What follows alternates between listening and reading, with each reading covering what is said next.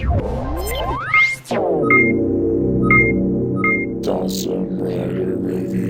YouTube, Dawson Rider here with a review of Arm Change Series Premium Bandai 05, Kamen Rider Mars and Kamen Rider Lapis set. So these are the riders from the Gaim movie, which involved soccer and stuff. I don't know. The premise sounds dumb to me. I haven't seen the movie yet. I'm sure it's not that good.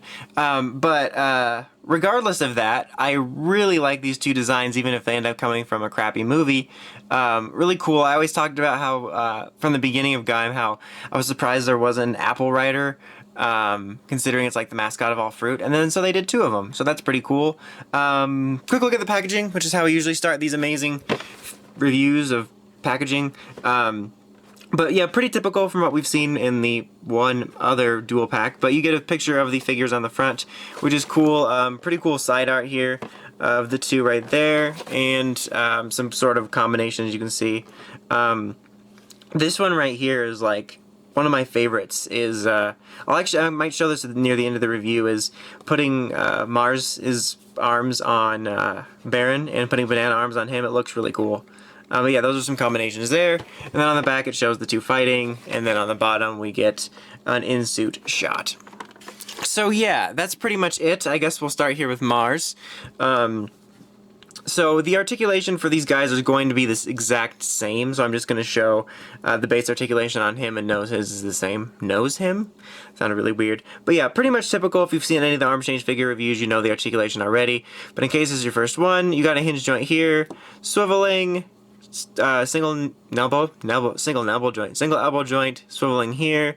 You got your double finger joints here. You can swivel at the waist. He's got a nice little ball joint here on his head, so he can get some pretty solid all range motions.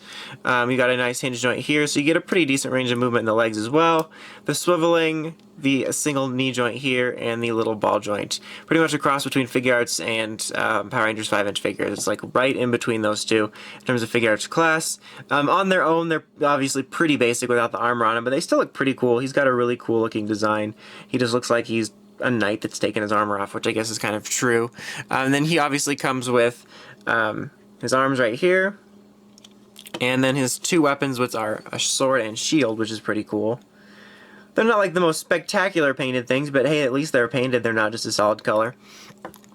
So like I said, for him, for Lapis, it's the same articulation. It's got a different mold, a very unique one with this sort of head thing going on, kind of like Kachidoki, so it's going to make for some really interesting changes depending on what arms you put on him. He's a lot more basic also than Mars over there, and he's clearly, his base is clearly based on Gaim.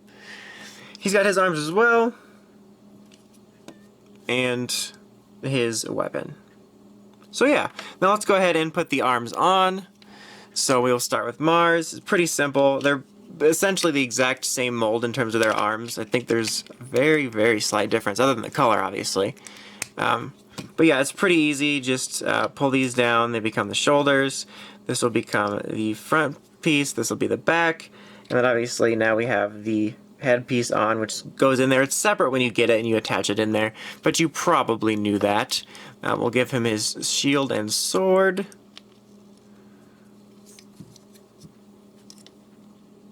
He's holding the shield. Like, he looks like he's the first time in battle. He's like, I don't know how I hold this thing. I can't even stand up. That's the one thing about these articulated hands, is they're neat, but they're always kind of a pain to get weapons to hold in, especially shields. You can pretty much see that it's kind of a pain, which is why I think they stopped doing them in terms of, you know, like the main figure line. But yeah, there you go. There he is holding his amateur sword and shield. He's really cool looking. Like I said before, I really like his design a lot. It's really, really cool looking. I really dig it. There's not a whole lot of articulation changes outside of his shoulder pads slightly. It's not even hindering his arm articulation, it just forces them up, which can look unnatural.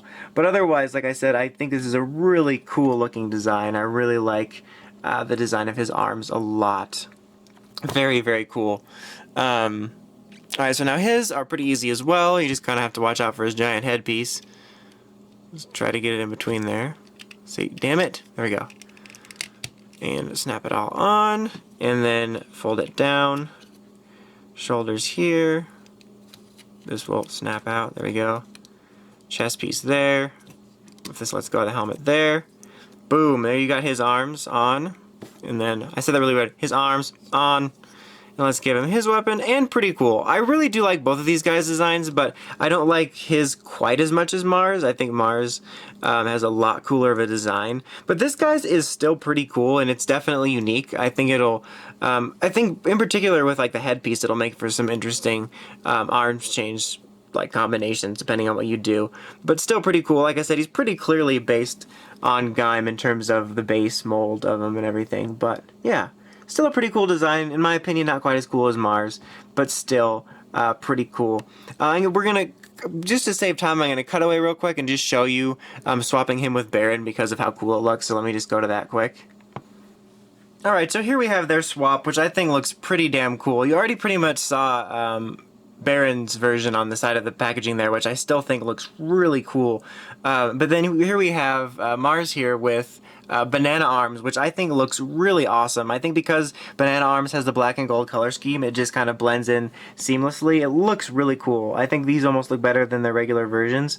I think Banana Arms is one of those ones that I think looks better on everybody else but Baron. I mean, in terms of the arm change, I mean.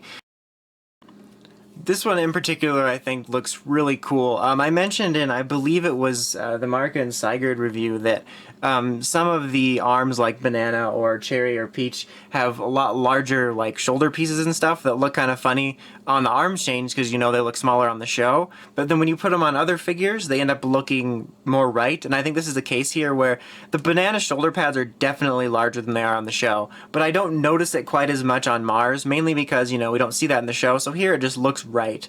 So I think that's one of those cases where it looks really cool and is a really cool change. Alright, now let's go on to get on to the final verdict. Alright, yeah, so that's pretty much about it. I can recommend this set for sure. I particularly really do like these designs just on their own. I think they're pretty cool looking.